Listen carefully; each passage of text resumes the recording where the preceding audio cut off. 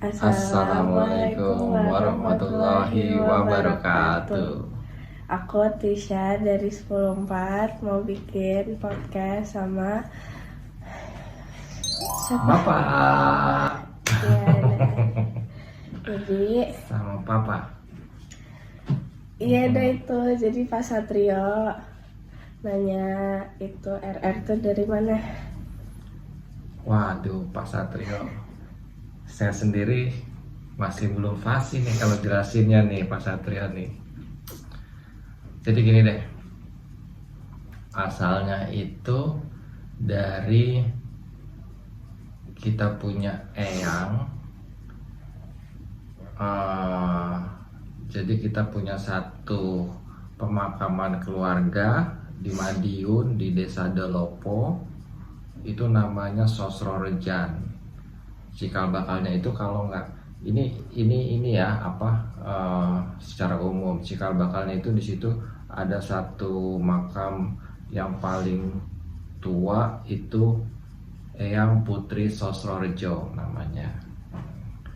Konon Eyang Putri itu dia pernah bertapa di situ, terus keluarlah mata air. Nah di situ di situ kita bikin yang namanya air sendang. Jadi air itu konon katanya kalau kita wudhu pakai air itu, insya Allah apa yang kita inginkan bisa terkabul insya Allah ya. Terus ini ngomong masalah Eyang Putri Sosrorejo. Eyang Putri Sosrorejo itu dia dulunya itu punya suami, istilahnya itu suaminya itu adalah palang. Zaman dulu palang di Madiun. Palang di Madiun itu mungkin kalau sekarang itu semacam wali kota membawahi beberapa demak.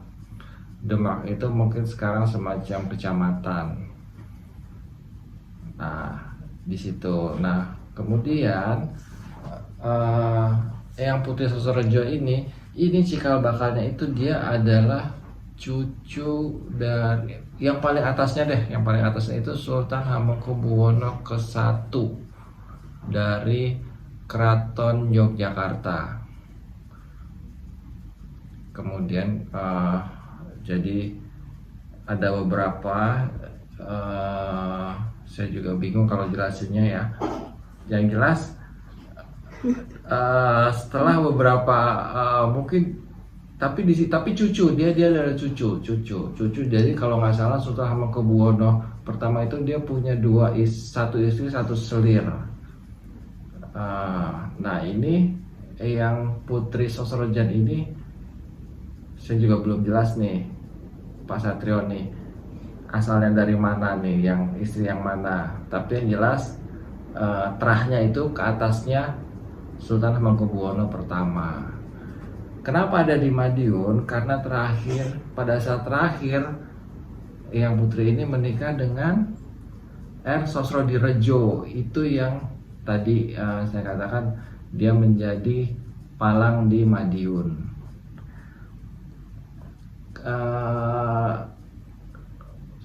Kemudian ada satu lagi, orang tua dari Eyang Putri Sosrorejo ini adalah seorang patih di Madiun. Kalau patih itu mungkin semacam apa ya? Patih itu semacam, dulu kan Madiun tuh luas mungkin. Madiun itu meliputi kalau nggak salah ada Bojonegoro, ada ini. Nah dia membawahi itu. Nah dari patih itu yang ke atasnya Hamengkubuwono I. Jadi secara langsung maupun tidak langsung dari Eyang Sosrorejo itu mempunyai beberapa anak.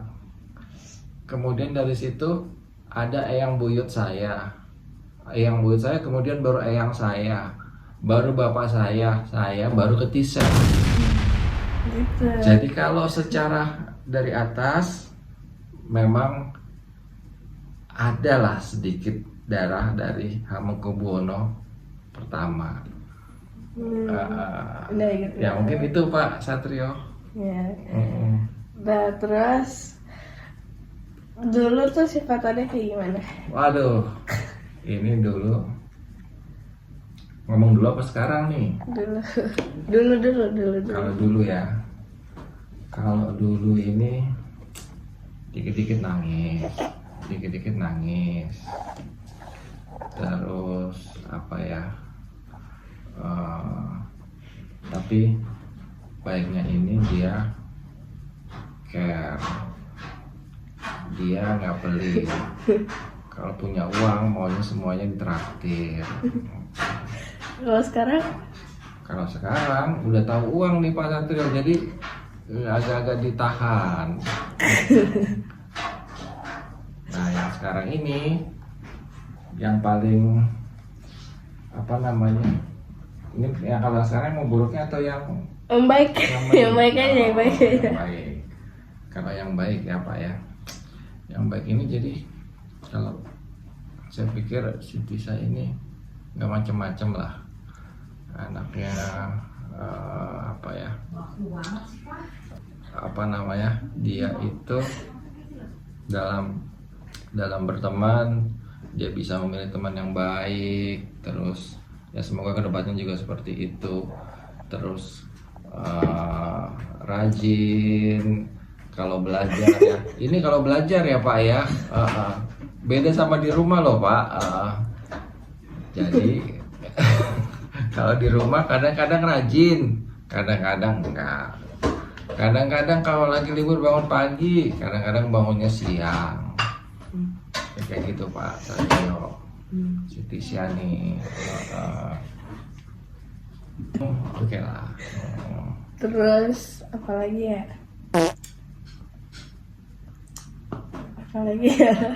Apa?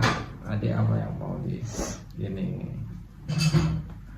Kalau pagi nih Pak, wah kalau pagi kita naik mobil sama kayak dicambuk sama kusir kuda. Baru lewat polisi itu cepat. Waduh, itu kadang. Tapi ya udah biasa sih Pak ngadepinnya. Gitu. Itu apa ya? Pesannya buat Ade itu apa? Kayak kedepannya gitu.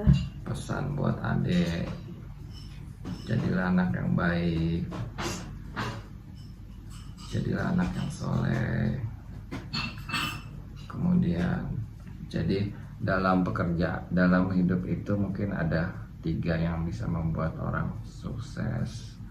Yang pertama itu adalah pintar, yang kedua itu adalah baik, kemudian yang ketiga itu adalah rajin. Ada yang keempat tambahannya hoki. Jadi saya pengen pesan ke Ade kalau bisa nguasain 4-4-nya ini bagus banget. Tapi kalau misalnya Ade bisa menguasai paling tidak jangan 1, paling nggak minimal tuh harus 2. Contoh misalnya apa, baik sama hoki, kalau digabung ada baiknya ada hokinya. Kemudian yang kedua pintar sama rajin. Wah ini kalau pintar sama rajin digabung di dunia kerja, wah oke. Meskipun dia tidak hoki, artinya dia bisa mendapatkan pekerjaan, mendapatkan jabatan sesuai dengan pekerjaannya. Meskipun dia tidak hokinya nanti mungkin di kemudian hari dia akan hoki. Jadi itu tadi yang pertama apa deh? Baik. Yang kedua pintar. Yang ketiga rajin. Yang keempat hoki. Itu pesan papa buat Ade. Apa ya? Apa ya? Kenangan apa ya? Kenangan.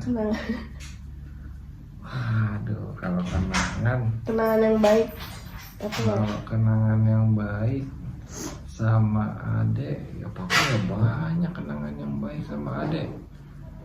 Kenangan apa ya yang paling berkesan ya?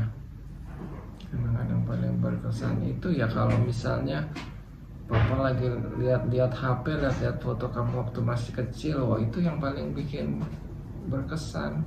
Hmm. Lihat video-video kamu waktu masih kecil, gitu. Udah, apalagi ya? Apa kok tanya Papa? Kan kamu yang ini. Ya udah gak sih? Ya, untuk Ya. sementara cukup itu dulu. Pesanannya buat di sekolah tuh apa? Kalau di sekolah yang pertama, Ade harus pintar memilih teman yang baik. Yang kedua, Ade harus belajar dengan rajin, mengikuti apa yang guru-guru kamu